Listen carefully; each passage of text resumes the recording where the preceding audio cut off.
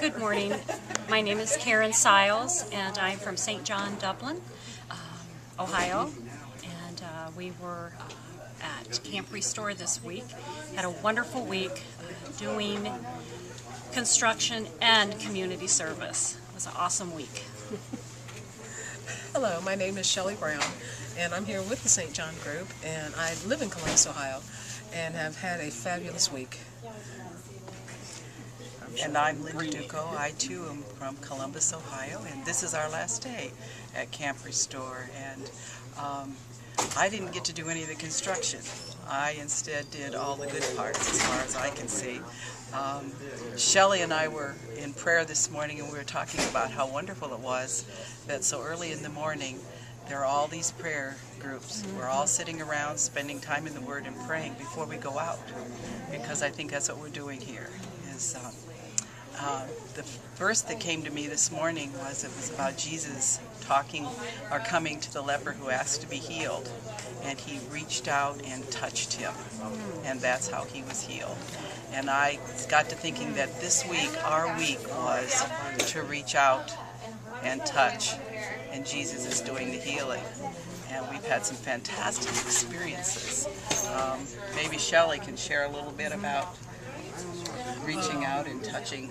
I really only got to go out once on a community service. I did a lot of construction this week, but the lady that we did help, we went to help her pack up so that she could move back into her home.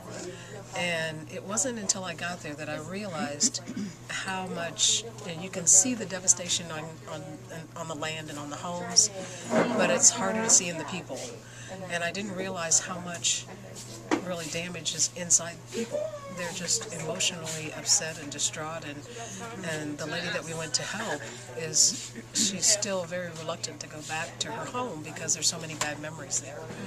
So, we did the best we could, and we just encouraged her, and she said she could see God at work in her life, and we just encouraged her to, keep looking, because he's still going to be there.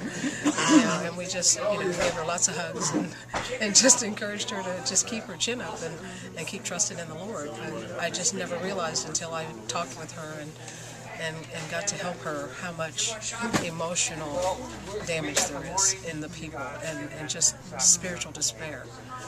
People have started to lose a little bit of hope, and hopefully we restored a little bit of that while we were here this week, just to encourage the people, even in construction, the people that we met there, just to encourage them and give them hope. And hope is so important here. Just being able, like Linda had said, to reach out and touch with the verse that she was reading this morning.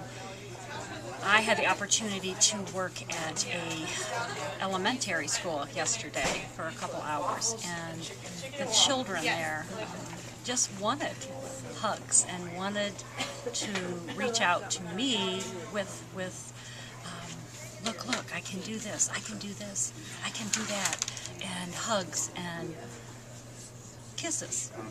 So I felt that I was not working in construction yesterday, but the service that I provided, or was able to provide, was more emotional healing and the loving touch that the children are looking for. And we also had an opportunity to work at an organization, Apex. And boy, that was great last night. Children coming in that don't have a place to go after school, and quiet rooms for homework, and just sitting with them and doing craft tables with them was just a wonderful outreach, and it was just exciting to see that is available and up and running, and it's exciting for them as it was for me to see. I think that one of the things that I noticed was yesterday when we were at the school, they had this brand new school building that had been completely reconstructed. Just a beautiful facility. And one of the children said to Karen that my mommy still needs a house, to discover that physically their house was still gone. But I think the thing that happened to me was last night at Apex. These were children who were 12, 14, 16, 18 years old.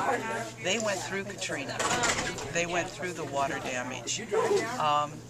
And their world still isn't put back together. That's what came through to me. They are now back in school, but almost every child that came in was going to a different school. Instead of going to a community school, those children they grew up with and were friends with, they're gone. They're over on the other side of New Orleans, or they live somewhere else. And so when you think about children growing up and how they played together after school and played basketball on the weekends, and that's what they're trying to do, is put that back together, and that's 4 years later. To me, that was just a real eye-opener. The memories that I have as a child, I still carry with me. Their memories are of a devastating flood that ruined their world, and putting it back together is a process. And I really felt a privilege to be able to do that. I kept saying to those people who were going out and doing construction, I've got the good part. I got the good part. Well, and it's harder for the children, I think, too, because they really, if you think the adults feel like they have no control, the children don't have any control. I mean, they can't help rebuild. I mean, they can, but they can't make the decisions, and they can't decide whether they want to go or whether they want to stay. And so with them not having that ability to choose, I think it makes it even harder for them.